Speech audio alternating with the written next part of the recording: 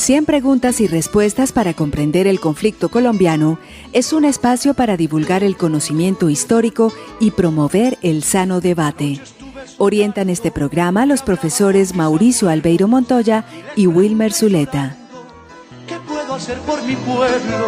Aquí ya no existe paz, aquí ya no hay libertad, aquí ya no pasa un día sin algo que lamentar. Sean todos bienvenidos nuevamente a su programa radial 100 preguntas y respuestas para comprender el conflicto colombiano. Como lo habíamos anunciado en nuestra emisión anterior, hoy nos acompaña nuevamente el profesor Eduardo Domínguez. Con él conversaremos en esta secuencia en la que hemos tenido como tema el papel de los medios de comunicación en el marco del conflicto. Agradecemos a los profesores que nos acompañan hoy en la mesa y en especial al profesor Domínguez por haber tenido la deferencia de estar en este programa. Vamos a entrar entonces en materia. Profesor, pensando en ese auge de la prensa para convocar la opinión, pero sobre todo la emoción, ¿qué podríamos decir de ese periodo de censura a la prensa en los tiempos de Mariano Ospina y Gustavo Rojas Pinilla? Eso, como la historia lo ha conocido, tiene más de dictablanda que de dictadura. Rojas Pinilla realmente fue un militar que subió al poder con la aquiescencia de los partidos, que eso es lo particular. Ellos dicen que fue una dictadura. Pero ahí lo nombraron, es que a él lo llamaron, venga, salve usted la patria, como Bolívar llamando a Rondón, salve la patria, estos también. Y eso fue con la aquiescencia, es decir, el Partido Liberal, el Partido Conservador, las grandes élites, la Iglesia, estuvieron de acuerdo con que Rojas Pinilla tomara el poder en ese año. ¿Por qué? Porque los liberales y conservadores no se entendían. Porque acuérdense pues que el presidente Gómez Castro había peleado con Mariano Ospina. Eran intereses, una división en el interior del Partido Conservador. Mariano Ospina entonces da la orientación y empiezan la censura de prensa. Fue una censura fuerte, un control, incluso una presión. Lo que pasa es que no fue tan efectiva como se ha pensado. Uno lo ve porque en los archivos ve y ahí está el espacio que dice censurado, censurado, censurado. Pero como diría que tenían en cada ciudad un censor y el censor lo conocía todo el mundo. O sea, pues era como un ciudadano más que estaba lamboneando. Y aquí pues hubo periodistas que hicieron esa labor y prohibieron. Entonces eso da mucha ofuscación pero realmente no fue una cosa que diga, no pudimos hablar durante un año, 6 meses. No, eso todo se cayó. En Colombia realmente no ha sido efectiva la censura total, porque los colombianos hemos sido también muy avispados para defendernos de esa censura. Entonces, cuando hay una censura de prensa, se sacan libros. Cuando hay censura de libros, se sacan las emisoras. Y ahora pues ya la internet, pero en los años 50 lo que provocó fue unos actos violentos muy fuertes contra el periódico El Tiempo, que le quemaron su sede, el periódico El Espectador, que se lo incendiaron, el periódico El Siglo, que salió apedreado. La gente peleaba en las calles y de que viva el Partido Liberal, o que abajo el Partido Conservador, que viva el Liberal. Eran gritos de populacho, pero nadie dejó de escribir, ni dejamos de conocer los escritos más importantes contra el régimen conservador que después fueron saliendo a flote. De manera que fue como una especie de censura, pero una censura que no alcanzaba a controlar esa información. Yo creo que hay más ocultamiento de información hoy por la sociedad de consumo que lo que el Estado colombiano lograba hacer, porque la sociedad de consumo oculta. Y hay un peligro mayor. En ese tiempo, por ejemplo, el periódico no salía, lo perjudicaban mucho al no dejarlo salir porque dejaba de vender, y esa era su fuente mayor de ingresos. Hoy no, hoy la fuente mayor de ingresos es la publicidad. Entonces, un periódico como ADN, que se sostiene de publicidad, eso lo regalan y lo distribuyen en las porterías. ¿Por qué? Porque el periódico gana mucha plata con los anunciantes ahí. ADN no va a pasar de ahí nunca de ser un periódico que trae las últimas chivas, porque tampoco les interesa analizar, sino que es el periódico que está ahí, con unas cositas que usted puede hacer una pequeña crítica, una cosita, pero que no vaya a tirarse ningún anunciante encima, porque entonces le deja de pautar, y si no lo pautan, el periódico entra en crisis. Ese es el nuevo control de la información, ahí, porque es el chantaje por el negocio. Entonces el Estado no necesita ponerse pues ahí en esa tarea. Sin embargo, pues claro que vigilan, pero vigilan. ¿Cuál fue el papel de la televisión en los tiempos de Rojas Pinilla o del año 50 y con relación al fenómeno del Frente Nacional? Yo comparo esa llegada de la televisión en el tiempo de Rojas Pinilla como con los celulares en el tiempo de Uribe. Ponen a la gente a hablar de otra cosa. Entonces la televisión la hicieron, llegaron, era indispensable y además urgente. En la historia de la técnica en Colombia hemos comprobado que Colombia no ha estado tan lejos de las innovaciones en el mundo. Nosotros tuvimos luz eléctrica a los 9 años de que estaban en Nueva York inaugurando el alumbrado público. tuvimos todas las grandes transformaciones tecnológicas fueron llegando al país muy rápido. Lo que pasa es que era un país con otra configuración muy distinta, un país con muy poca clase media. Colombia ha sido un país de mucha polarización, es decir, hay ricos por montones, bueno, ni por montones, unos ricos por sectores, y hay unos pobres por montones. La clase media apenas vino a configurarse ahora hacia los años 70, 80, por la coca, porque la economía de la coca ha traído a circular una cantidad de plata en manos de gente que nunca había tenido oportunidad y que salió de la pobreza absoluta a una clase media, y ahí están. Y la economía nacional se mueve por ese lado. Pero en esos tiempos, hasta los años 50, era una polarización casi completa. Es decir, usted era pobre de verdad y rico de verdad. Y muy pocos eran de clase media, muy poca gente, la mayoría vivía del trabajo, y eso es mucha pobreza. Vivir de la renta es riqueza. Entonces ocurría de esa manera. Eran polarizaciones que se daban. Entonces la televisión jugó un papel apaciguador. Empezó, sobre todo la programación de los años 60 para acá, empezó a coincidir con la sociedad de consumo y con la sociedad de la diversión, con la sociedad donde prima el entretenimiento como función social de los medios masivos a la función que se había tenido hasta ahí, que era la informativa y educativa. Siempre se decía que los medios educan, forman e informan, y que finalmente entretienen. La torta dio la vuelta. Hoy entretienen, y si de pronto dan tiro, informan, pero no forman. Muy poca discusión con eso, y por eso ha venido creciendo tanto pues la idea de lo que llaman la posverdad, o que la relatividad de la verdad, etcétera. Profesor Eduardo Domínguez, en este asunto de los medios de comunicación, ¿qué papel han cumplido revistas como Semana y la revista Alternativa? Muy importante, vea. La revista Semana tiene dos periodos. Uno, cuando Alberto Lleras Camargo la fundó en el 48 para hacer una revista que tuviera liderazgo de opinión. Hasta hoy esa revista es de élite, esa revista no es popular. Es una revista que la compra una clase media y una clase alta, pero nadie va al mercado a comprar, a los supermercados a comprar Semana. Eso los suscriptores y alguno que otro comprador que se le atraviesa. Pero la revista ha sido muy culta, ha cumplido un papel enorme en la ilustración de los colombianos. Cuando Lleras Camargo la tuvo, fue una revista que también empezó a tener sus veleidades con la farándula, sobre todo le dedicó muchas páginas y muchas carátulas a Marilyn Monroe, y fue la que se encargó de esa transición de los medios informativos, revistas por ejemplo como la revista Colombia, otras revistas intelectuales de los años 30 y 40. Alberto Lleras tuvo la lucidez de sacar una revista que fuera más académica e intelectual, pero sus descendientes y su gente se dieron cuenta que la revista se iba a quebrar, y los años 50 fueron para ir dándole vuelta a favor de la farándula y cosas ya más de entretenimiento. Cuando la cierran, la revista la compró Felipe López, el hijo de Alfonso López Miquelsen, y con una idea se trajo a Plinio Apuleyo Mendoza para el comité editorial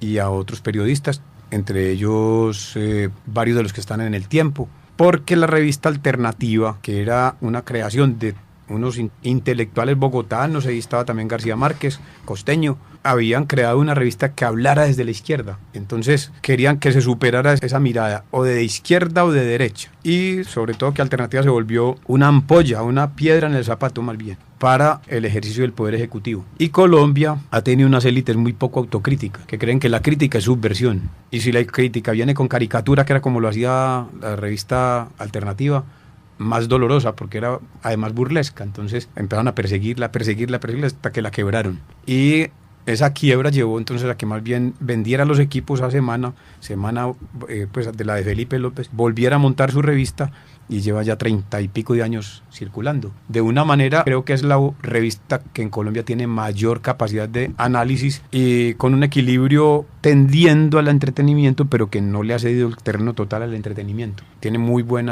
comentario, muy buenos columnistas.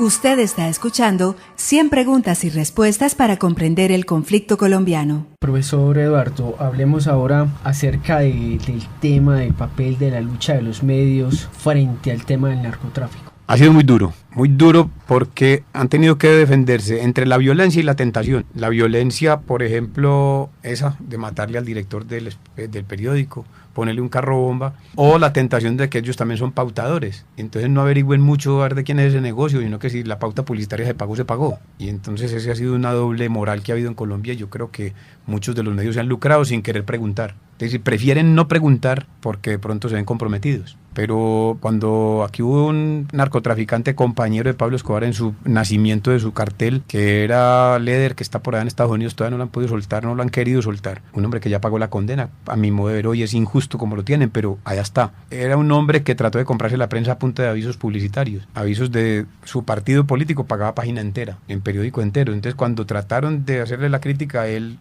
presionó: si ustedes sacan esa información, yo retiro la pauta. Eso se volvió toda una discusión enorme.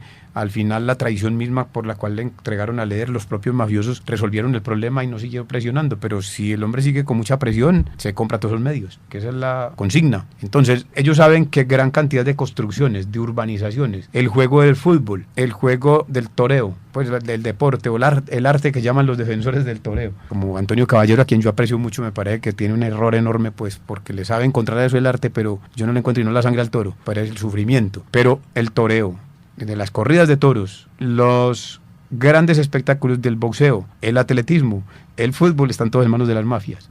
Las mafias están comprando los estadios porque les parece que dominan la periferia de los estadios con todos los demás negocios, entre ellos la droga. Pero imagine que en este momento la mafia italiana, según los sociólogos que han sacado ya los últimos libros sobre ellos, demuestran que los ingresos de las 3 grandes mafias en Italia son más fuertes por el negocio del deporte que por el negocio de la coca.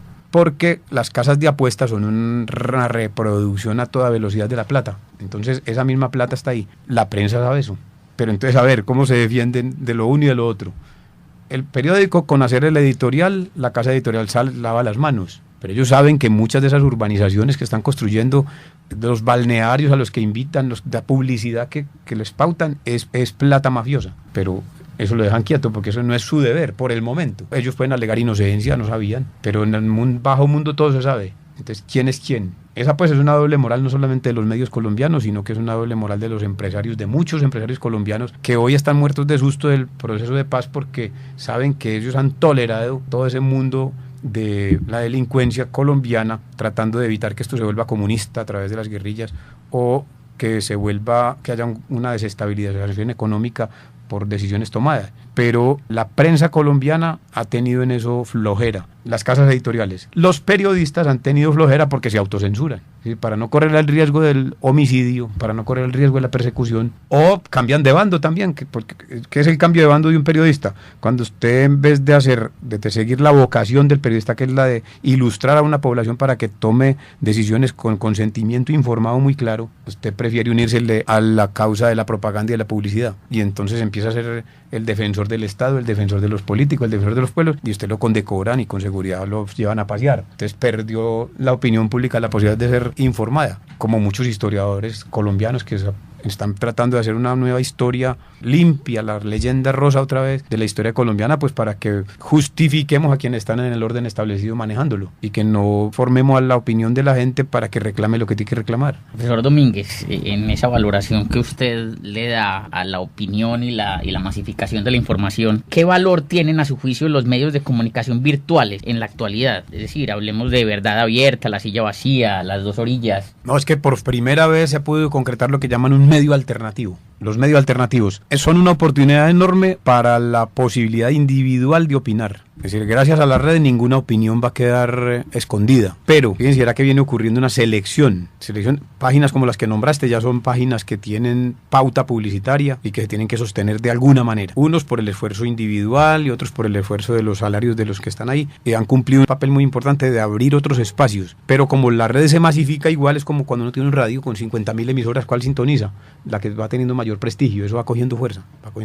Tiene mayor posibilidad de libertad la red, pero por las presiones socioculturales, por los mitos y sobre todo porque ahora la gente empezó a decir que todo vale, entonces la gente está perdiéndole por ahí derecho credibilidad a esa red. Se sabe que ahí circula de todo. Hay que seguir en la formación del criterio y de la interpretación de los lectores de páginas web para que por lo menos no sea una lectura inocente. Pero de la misma manera que se han abierto muchas compuertas, se ha desbocado la cantidad de información que empieza a traer los libelos que han estado ya saliendo de falsas noticias argumentadas audiovisualmente que convencen a cualquier despistado. cualquier inocente se la traga. Y ahí mismo todo emocionado hace clic para enviarle a otro eso que le llegó sin decir si era verdad o mentira, sin dudar. Como eso está creando un tráfico de información falsa muy fuerte, pues tenemos que hacer la contra desde todos los ángulos. Yo creo que el sistema educativo, la misma primaria, la secundaria, la familia misma va a tener un papel o tiene una obligación enorme de prevenir a los jóvenes y a los niños en relación con que, bueno, sea crítico con lo que encontró. No le censure nada, pero por lo menos póngalo a dudar. Piense si eso sí tan bonito, si dan tanto. Esa verdad que están diciendo, ¿de dónde puede provenir? ¿De cuál corriente? Y la gente va identificando para dónde van y para dónde vienen los intereses. Un informe del Centro de Memoria Histórica titulado La Parábola y el Silencio refiere un número de 152 periodistas asesinados por cumplir con su oficio entre los años de 1977 y 2015. Además, refiere que departamentos como el Valle del Cauca y Antioquia han estado entre los más peligrosos para el ejercicio periodístico. ¿Qué opinión le merece usted con respecto a estos datos, lo brindado por el Centro de Memoria Histórica? No, es válido, son válidos y además creo que están cortos, porque es que no cuentan, casi nunca llegan a esas estadísticas de los pelados que están manejando emisoras alternativas para en los pueblos. Se habla del fulano que logró quedar en el censo de periodistas, pero no, son más el efecto de morir en la guerra. Dice, es que esto es periodismo de guerra. Cuando usted está en un pueblo donde 3 ejércitos están peleando la entrada y usted queda bajo la mira, ese efecto es de la guerra, ese no es de la censura de prensa que el Estado quiere aplicar, no. Son censuras de guerra de los grupos que están peleando ese espacio. Entonces se da tiro. Por una parte, se da la oportunidad sabiendo que la persona está con el derecho a hacerlo, pero que está bajo condiciones militares de alta peligrosidad. Si no se toman las medidas de protección, que el Estado no está en capacidad de cuidar a todo el que tenga una emisora hoy, por lo menos esa persona y sus alcaldes, su consejo municipal y los garantes de la seguridad deben estar al frente. Son más bien resultado de una especie de debilidad del Estado para estar protegiendo a cada persona. Eso sin hablar de los combates, de los que fueron a los campos de batalla, pues estamos hablando de los que están haciendo emisora popular o los que están haciendo periódicos que circulan en los barrios, pero donde el Estado tiene un papel importante, imprescindible y obligatorio. La Constitución Nacional, sobre todo la del 91, crea esas condiciones. Dice, no habrá censura, listo.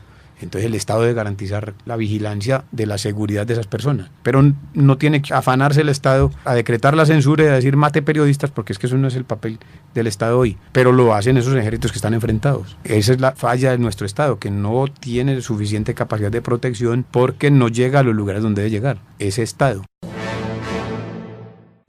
En 1976, Colombia vivió un gran paro nacional que puso en jaque al presidente Alfonso López Miquelsen.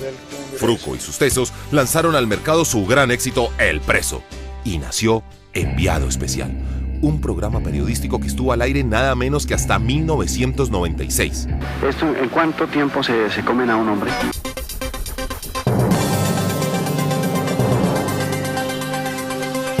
Lo que se había hecho básicamente era periodismo de noticiero, informativo. Entonces esto como que ya rompe ese bloque y es hacer el periodismo de entrevista, de crónica. Comandante Mariachi, ¿usted por qué se hizo bandolero? Perdón, ni comandante ni bandolero. He sido simplemente un campesino víctima de la violencia. Él se iba en la avioneta, montar en camión, en mula, en lo que fuera, se montaba, pura. Porque era reportería y era mostrar y recorrer el país con sus problemas, con sus ideas, con sus búsquedas. Germán Castro iba más a la parte humana, antropológica, sociológica, noticiosa, evidentemente. Mostraban esa Colombia profunda, ¿no? Esa Colombia desconocida, esa Colombia ignorada, esa Colombia a la que casi que ni vías de comunicación o de acceso había allí. ¿No había quien, los periódicos lo hacían, pero la lecturabilidad en Colombia sigue siendo, y era en esa época, muy baja. Este periodismo que tiene que ir a la fuente, este periodismo que entrevista, que consulta, que analiza, porque lo interesante de Enviado Especial es eso, que hace un análisis de la información que nos transmiten. Una primera unidad de periodismo investigativo la crea él en ese programa Enviado Especial. Está bien dicho, una unidad, porque era el casi que él solo. Sí, casi que él solo, sí. Germán Castro era un periodista que le mostraba a uno cosas que no veía uno sino en ese programa. Hoy comenzamos tal vez la serie, yo no sé si decir más espectacular, por lo menos la mejor investigada de los últimos tiempos en Enviado Especial. Tiene que ver con exorcismo, con maleficio, con pacto con el diablo. El ciudadano no tenía nada distinto a recurrir a un periodista como Germán Castro para que sacara sus temas al aire y reaccionara al Estado o reaccionara a alguien para la defensa del ciudadano. Entonces fue muy importante ese periodismo de denuncia de los años 70. Jugando siempre con esa... cinismo. Uy, qué maravilla, eso era, entonces no había miedo para que entonces no le pautaran o sí le pautaran, porque pues eso no se puede hacer hoy porque entonces le caen encima y que no le dan la pauta y los dueños del canal entonces van a protestar. Germán lo quisieron sacar de la televisión toda la vida y Fernando Gómez nunca dejó. Durante esos 20 años, la actualidad nacional estuvo marcada por el narcotráfico. Esa agitada realidad sirvió para que florecieran y a veces murieran notables periodistas por enfrentarse a las mafias. Periodistas como Jorge Enrique Pulido, asesinado en 1989 por el cartel de Medellín a causa de sus denuncias en Mundovisión. Al lado de Pulido y Mundovisión brillaron otros programas periodísticos como Hecho en Colombia, de Ramón Jimeno.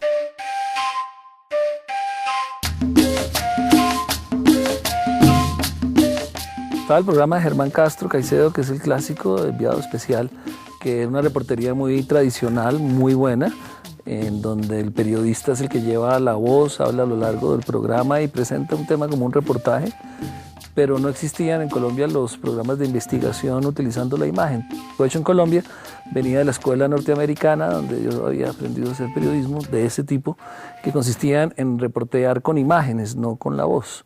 O sea, uno no hacía un libreto, sino hacía una investigación muy profunda, con un equipo de 4 o 5 personas bastante bueno, y con esa investigación hacía un guión de hechos. Se narraba visualmente la historia con los mismos personajes contando lo que tenían que decir. Yo creo que de todas maneras algo que hicimos mucho énfasis es en que las cámaras salían del estudio, ¿no? Las cámaras viajaban y los periodistas se untaban de barro y se iban y se metían a donde tenían que estar. No era el periodismo ni de escritorio, ni de solamente conversaciones, como si estuviéramos en una sala conversando el tema y mirando el país desde la ventana de un automóvil. Escuchábamos un fragmento de un documental de Señal Colombia titulado Principio y fin del periodismo independiente en la televisión colombiana, en el que se hablaba del programa Enviado Especial de Germán Castro Caicedo y en el que se hablaba también de otros programas como Hecho en Colombia de Ramón Jimeno. Vale decir que el programa mencionado, Enviado Especial, causó en algunos momentos de la historia nacional cierta ampolla en los medios de comunicación y en algunos gobiernos de turno. Vale contar acá que en 1989, durante el gobierno de Virgilio Barco, una emisión de este programa fue censurada debido a que iba a transmitir un debate entre Jacobo Arenas, líder ideológico de las FARC, y Luis Ramírez, un hombre que era miembro por aquel entonces de las Autodefensas Unidas. Tal fue el alboroto que la misma revista Semana se opuso a que este tema se transmitiera y específicamente se hiciera un episodio de este programa. Así lo señaló en una nota periodística la revista Semana. Simple y llanamente no se podía permitir que en una hora AAA y por una cadena nacional se diera la transmisión de un debate entre quienes bien pueden ser considerados como dos de los peores enemigos de las instituciones, como si se tratara de una confrontación de gran altura entre, por ejemplo, un dirigente textilero y un algodonero sobre la cuestión del precio de la fibra. Profe, yo quería preguntarle sobre ese tema que a lo largo de la conversación hemos tenido y es sobre entonces están ideologizados o no los medios de comunicación, porque ese siempre es un hecho, ¿no? Buscar la imparcialidad, buscar la objetividad, o qué tan ideologizados o hasta qué punto de ideologización llegan los medios en el día de hoy. La primera ideología o la que más fuerte está hoy en el mundo es la convicción de que no hay ideologías. Eso es una ideología. Cuando usted dice no es que yo hablo neutralmente, yo hablo objetivamente, que es lo objetivo. Objetivo sería que que un elefante está ahí, usted lo vio y ese es el elefante. Y entonces, ¿cuál es la percepción que usted tiene del elefante y cómo lo vio? Entonces, lo objetivo ha entrado en una crisis completa porque, primero, nadie es neutral, porque el lenguaje nos hace a nosotros partícipes como sujetos de una realidad. Nosotros elegimos las palabras. verbos, sustantivos, adjetivos, todo eso lo elegimos según nuestras condiciones de vida. Y entonces ahí adjetivamos, ahí admiramos, ahí rechazamos, ahí aceptamos, etcétera. Eso es postura ideológica. Lo que pasa es que la ideología tiene muy mala fama porque los teóricos dogmáticos de la verdad objetiva, que fueron los positivistas del siglo XIX y el marxismo, nos dijeron que se podía vivir sin ideologías. Y ese fue un error mortal, porque era volver a caer en la trampa de los que decían que el mundo era natural y creado por Dios, y que entonces esa era la objetividad. Si el mundo está hecho, el mundo es como es, y todo el que lo entienda como es va a coincidir con la bondad, y el que lo entienda diferente es el malo. Entonces caímos en una trampa. No hay medios neutrales. Lea cualquier columna de opinión, ya está opinando. La opinión es siempre una construcción ideológica que va entre la ignorancia y la ciencia. Platón decía de esa manera. La opinión es el punto intermedio entre la ignorancia y la ciencia. Pero la ciencia, ¿qué es? Es una investigación que se hace con unos métodos y con criterios. Y el criterio es una subjetividad. Entonces lo que podemos decir es que existe una intersubjetividad. Es decir, usted puede trabajar con sus posturas, dialogarlas con el otro, conversarlas con este, e ir entre todos identificando una verdad que les va a posibilitar obrar en unas circunstancias dadas. Esa es la verdad. ¿Qué es lo máximo que logra un profesor? ¿Qué es lo máximo que logra un escritor? ¿Qué es lo máximo que logra un locutor en relación con el mundo? Es ser sincero y honrado. Si usted es transparente y dice las cosas como las está pensando y no se inventa ninguna mentira, usted está haciendo honestidad con su ejercicio profesional. Pero uno no es objetivo, pues ¿cómo va a ser objetivo o neutral? Es imposible. Si yo he visto que un grupo político hace tal o cual cosa, puedo sustentar y demostrar que eso es un inconveniente. Cuando yo lo califico de inconveniente, ya estoy haciendo política. Eso es así. Entonces que dejen la ilusión de que el periodismo es neutral, que los medios de comunicación son algo así como los ángeles de la guarda. No, estamos metidos en la batalla ideológica todos. Ningún medio es inocente, por más neutral que se pinten.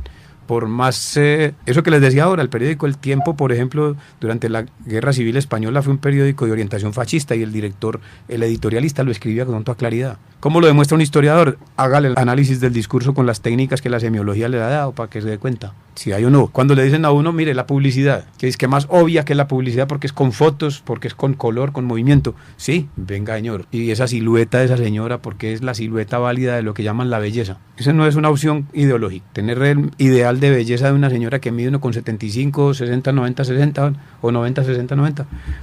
Que tiene los ojos de tal manera, que tiene el color del pelo de tal manera, que tiene la voluptuosidad de tal manera. Todos esos elementos son ideológicos. Pasa que la gente cree que lo ideológico es una mentira y eso es falso.